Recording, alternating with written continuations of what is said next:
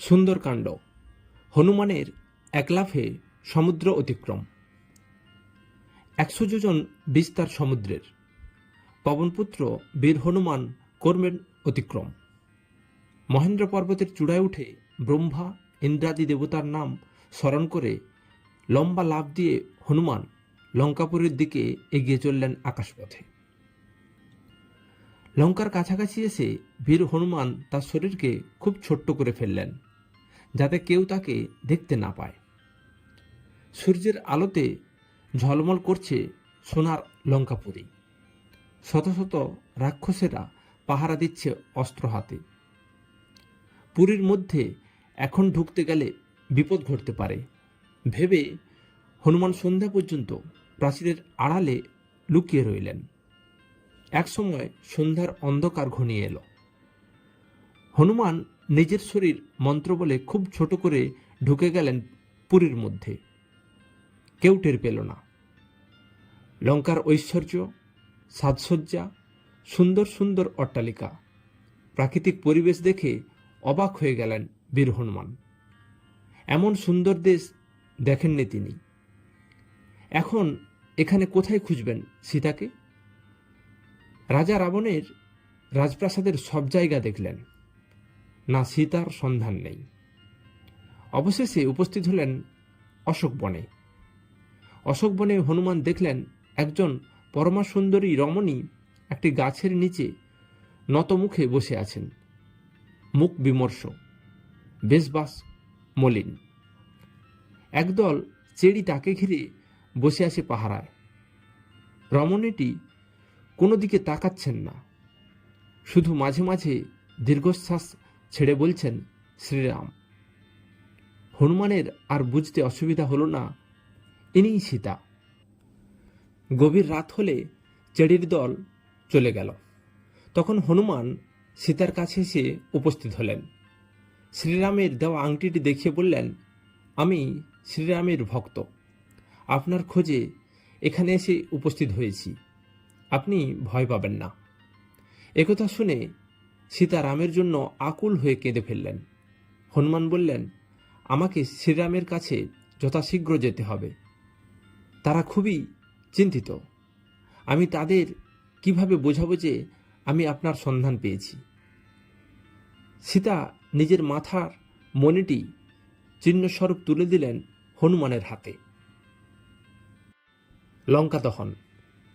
হনুমান সীতার সন্ধান পেয়েছেন, আর তার কোনো আফসোস নেই। এবার মনের সুখে স্বর্ণলঙ্কা তছনছ করতে লাগলেন। শেষে নিজে ধরা দিলেন। রাবণ রাজা নির্দেশ দিলেন, এর বিশাল লেজে কাপড় জড়িয়ে আগুন ধরিয়ে দাও, ওটাই ওর উপযুক্ত সাজা। তিনি ভেবেছিলেন হনুমান এতে পুড়ে মরবে। উল্টে হনুমান তার লেজের আগুনে লঙ্কাপুরী ছারখার করে দিলেন। লঙ্কা থেকে হনুমানের প্রত্যাবর্তন। সীতার সন্ধান নিয়ে হনুমান ফিরে এলেন কিষ্কিন্ধায়। শ্রীরামকে দেখালেন সীতার মাথার মণি। সবাই নিশ্চিত হলেন সীতাকে অপহরণ করে রাখা হয়েছে লঙ্কাপুরীতে। আর দেরি নয়, সুগ্রীব তার বিশাল বানর বাহিনী নিয়ে উপস্থিত হলেন সমুদ্র তীরে। রাম ও লক্ষ্মণ যুদ্ধের জন্য ব্যাকুল। কিন্তু এ সমুদ্র পার হবেন কি করে? লঙ্কাকাণ্ড। শ্রীরামের সেতু বন্ধন। 100 যোজন চওড়া সমুদ্রের ওপারে লঙ্কাপুরী। কিভাবে এই বিশাল বানর বাহিনী নিয়ে রাম লক্ষ্মণ লঙ্কায় পৌঁছাবেন? বিশ্বকর্মার পুত্র নল এই সমস্যা সমাধানের জন্য এগিয়ে এলেন। তার হাতের ছোঁয়ায় গাছ ও পাথর জলে ভাসে। একথা শুনে বানরের দল কাজে নেমে গেল। গাছ পাথর এনে দিতে লাগলো, আর নল সেগুলি দিয়ে মাত্র 5 দিনের মধ্যে এক ভাসমান সেতু তৈরি করে দিলেন। এই কাজে কাঠবিড়ালিও সাহায্য করেছে। তারা সমুদ্রের তীরে গড়াগড়ি দিয়ে গায়ে কালি মেখে তা সেতুতে ঝেড়ে ফেলে সেতুর ফাঁকগুলো ভরাট করেছে। এভাবে তৈরি হয়ে গেল লঙ্কাপুরীতে যাওয়ার সেতু। বানর সেনাদল সহ শ্রীরাম লক্ষ্মণের লঙ্কায় গমন। সমুদ্রের ওপর নলের তৈরি ভাসমান সেতুর ওপর দিয়ে অসংখ্য বানর সৈন্য লঙ্কায় গিয়ে উপস্থিত হলেন। চারিদিক থেকে রাবণের পুরী ঘিরে ফেলল। ঘন ঘন রাম আর সুগ্রীবের জয়ধ্বনি দিয়ে আকাশ বাতাস কাঁপিয়ে তুলল। রাবণও তার রাক্ষস সেনাদলকে রণসাজে সাজালেন। তারাও প্রস্তুত হল যুদ্ধের জন্য। শ্রীরামের সঙ্গে বিভীষণের মিলন। রাবণ, কুম্ভকর্ণ, বিভীষণ 3 ভাই। একমাত্র বিভীষণই পরম ধার্মিক। দাদা রাবণের সীতাহরণ এবং এই যুদ্ধ সমর্থন করেন না। তিনি বুঝতে পারছেন দাদার পাপে এই রাক্ষস বংশ ধ্বংস হয়ে যাবে। তাই বিভীষণ শ্রীরামের সঙ্গে মিত্রতা স্থাপন করতে চাইলেন, আর শ্রীরামচন্দ্র তাকে বিশ্বাস করে মিত্র করে নিলেন। মহাযুদ্ধ আরম্ভ। শুরু হলো নর বানরের সঙ্গে রাক্ষসদের যুদ্ধ। প্রথম দিনে রাবণের পক্ষে যুদ্ধ করতে আসেন মেঘনাদ, রাবণের প্রিয় পুত্র মেঘনাদ। মেঘনাদ মস্ত বড় বীর। তার আরেক নাম ইন্দ্রজিৎ। তিনি নাগপাশ বাণ ছুঁড়ে রাম লক্ষ্মণকে বেঁধে ফেললেন। শত শত বিষধর সাপ রাম লক্ষ্মণকে জড়িয়ে ধরে। সেই সব সাপের বিষের জ্বালায় রাম লক্ষ্মণ জ্ঞান হারিয়ে মাটিতে লুটিয়ে পড়েন। এখন উপায়? স্বর্গের দেবতারা রাম লক্ষ্মণকে বাঁচাবার জন্য গরুরকে পাঠালেন। গরুর যত সাপ জাতির ভয়, তাই গরুর আসতেই সাপেরা ভয়ে পালিয়ে যায়, আর রাম লক্ষ্মণও জ্ঞান ফিরে পেলেন। বীর রাক্ষসদের সঙ্গে শ্রীরাম, লক্ষ্মণ এবং বানর সেনার যুদ্ধ। রাজা রাবণ পরের দিন ধূম্রাক্ষকে সেনাপতি করে রামের সেনাবাহিনীর বিরুদ্ধে পাঠালেন। সঙ্গে পাঠালেন বিশাল রাক্ষস সেনাবাহিনী। তুমুল যুদ্ধ চলল। বানে বানে আকাশ ছেয়ে গেল। গদায় গদায় যুদ্ধে কেঁপে উঠল পৃথিবী। কিন্তু সেনাপতি ধূম্রাক্ষ হনুমানের হাতে পরাজিত হয়ে নিহত হলেন। অন্যান্য রাক্ষস সেনা ভয়ে পালিয়ে এল। পরের দিন রাবণ বীর অকম্পনকে সেনাপতি করে পাঠালেন। তুমুল যুদ্ধ হলো বটে, তবে হনুমানের হাতে নিগৃহীত হয়ে মারা পড়ল। হনুমান রথের ওপর উঠে তার চুল ধরে আছড়ে মেরে ফেলল। যুদ্ধক্ষেত্রে বানরেরা জয় শ্রীরাম বলে জয়ধ্বনি দিল। এরপর রাজা রাবণ একদিন একজন বীর রাক্ষসকে সেনাপতি করে পাঠাতে লাগলেন। পাঠালেন বজ্রদংষ্ট এবং প্রহস্তকে। তারা বিক্রমের সঙ্গে যুদ্ধ করেও একে একে পরাজিত ও নিহত হলেন। শেষে রাবণ ঠিক করলেন এবারে তিনি নিজেই যুদ্ধে যাবেন। রাজকীয় আয়োজনে দুই পক্ষের যোদ্ধারা নানা অস্ত্র ব্যবহার করলেন। তুমুল যুদ্ধ। রাবণের সঙ্গে পেরে উঠছিলেন না রামের সেনাবাহিনী। এমন সময় লক্ষ্মণ উপস্থিত হলেন যুদ্ধক্ষেত্রে। রাবণ লক্ষ্মণকে লক্ষ্য করে নিক্ষেপ করলেন সেল। লক্ষ্মণ অচৈতন্য হয়ে পড়লেন। এরপর শুরু হলো রাম রাবণের যুদ্ধ। রাম নিক্ষেপ করলেন অর্ধচন্দ্র বাণ। তাতে রাবণের 10টি মাথার 10টি মুকুট ফেলে দিলেন। কিন্তু দেবতার বরে তা মাটিতে পড়ার সঙ্গে সঙ্গেই পুনরায় জোড়া হয়ে গেল। কুম্ভকর্ণের নিদ্রাভঙ্গ ও যুদ্ধযাত্রা। রাবণের মধ্যম ভ্রাতা কুম্ভকর্ণ। বিশাল তার চেহারা, অসীম তার শক্তি। তিনি খেয়ে দিয়ে একটানা 6 মাস ঘুমান, আর একদিন জেগে ওঠেন। আবার একটানা 6 মাস ঘুমিয়ে থাকেন। যেদিন জাগেন সেদিন তার সঙ্গে যুদ্ধে কেউ এঁটে উঠতে পারেন না। জিতবেন তিনিই। আর কাঁচা ঘুম ভাঙিয়ে যুদ্ধে পাঠালে বিপদ ঘটবে, তাই তার ঘুম ভাঙাতে চায় না কেউ। কিন্তু মহাবিপদ এসে গেছে। রাবণ কুম্ভকর্ণকে না জাগিয়ে পারলেন না। তিনি কুম্ভকর্ণকে 5 মাসের কাঁচা ঘুম থেকে জাগানোর নির্দেশ দিলেন। ঢাকঢোল পিটিয়ে অনেক কষ্টে কুম্ভকর্ণকে জাগানো হলো। খাইয়ে দাইয়ে এবার কুম্ভকর্ণকে পাঠানো হলো যুদ্ধক্ষেত্রে। গদা যুদ্ধে তার কাছে কেউ পেরে উঠত না। গদার আঘাতে বানর সেনাদের তিনি ছত্রভঙ্গ করে দিতে লাগলেন। শ্রীরাম সরাসরি যুদ্ধ করতে লাগলেন কুম্ভকর্ণের সঙ্গে। ঐশ্বিক বাণে কুম্ভকর্ণের হাত কাটলেন। ইন্দ্র অস্ত্র বাণ দিয়ে কাটলেন পা। ব্রহ্মা অস্ত্র দিয়ে কাটলেন মাথা। মৃত্যু হল কুম্ভকর্ণের। বীর কুম্ভকর্ণের পতনে রাজা রাবণ শোকে জ্ঞান হারালেন।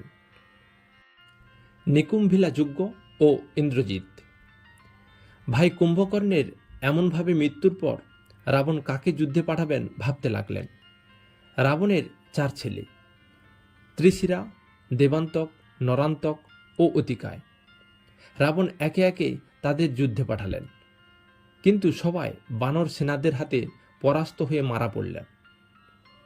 এবারে পাঠালেন জ্ঞাতি ভাই মহাপাশ ও মহোদরকে।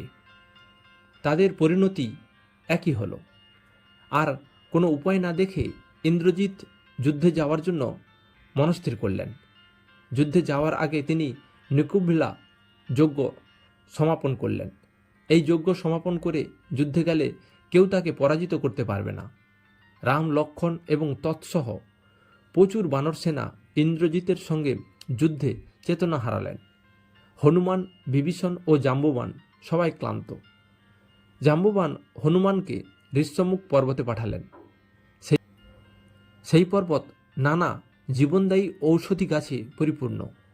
সেখান থেকে বিশল্যকরণী, মৃত সঞ্জীবনী, অস্থি সঞ্চারিণী এবং সুবর্ণকরণী প্রভৃতি গাছ হনুমান আনলেন। আর সেই সব ঔষধের গুণে হতচেতন সকলেই চেতনা ফিরে পেলেন। রাম ও লক্ষ্মণ সম্পূর্ণ সুস্থ হয়ে উঠলেন। তরণী সেন বধ। বিভীষণের একমাত্র পুত্র তরণী সেন, তাকে এরপর পাঠানো হলো যুদ্ধে। রাম, লক্ষ্মণ ও বানর সেনাদের সঙ্গে প্রবল যুদ্ধ করলেন তিনি। রাম তখনও জানতেন না মিত্র বিভীষণের পুত্র তরণী সেন।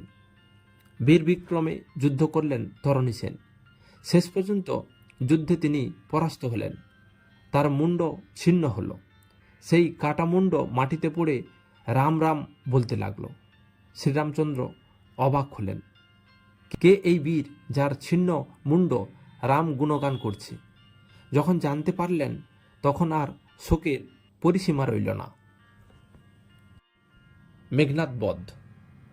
বড় বড় সব রাক্ষস বীর যুদ্ধে নিহত হয়েছেন। এখন বাকি আছেন রাবণ স্বয়ং আর তার পুত্র ইন্দ্রজিৎ। এবার তাই ইন্দ্রজিৎ যুদ্ধে যাওয়ার জন্য তৈরি হলেন। যুদ্ধের আগে সমাপন করতে হবে নিকুম্ভিলা যজ্ঞ, তাতেই তিনি হবেন বিজয়ী। কিন্তু এবার তিনি যজ্ঞ সমাপন করতে পারলেন না। বিভীষণের পরামর্শ নিয়ে শ্রীরামচন্দ্র পাঠালেন লক্ষ্মণকে যজ্ঞ নষ্ট করতে। সঙ্গে গেলেন বিভীষণ, হনুমান ও কিছু বানর সেনা। যজ্ঞস্থলে ইন্দ্রজিৎ কোনো অস্ত্র নিয়ে যায়নি। কেনই বা নিয়ে যাবেন? তাই তার হাতে কোনো অস্ত্র নেই।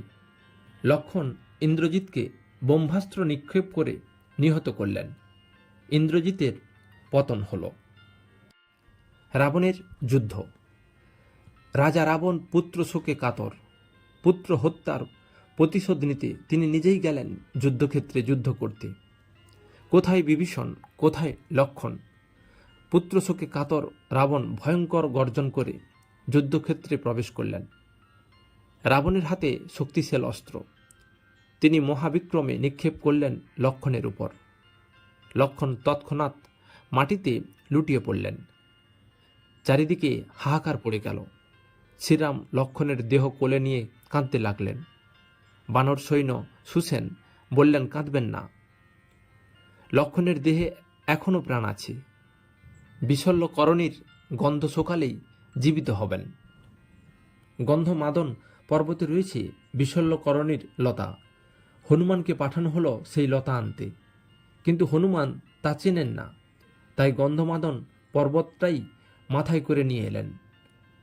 এরপর বিশল্যকরণীর গন্ধে প্রাণ ফিরে পেলেন লক্ষ্মণ। বানর সেনারা সবাই হর্ষে জয়ধ্বনি করে উঠল।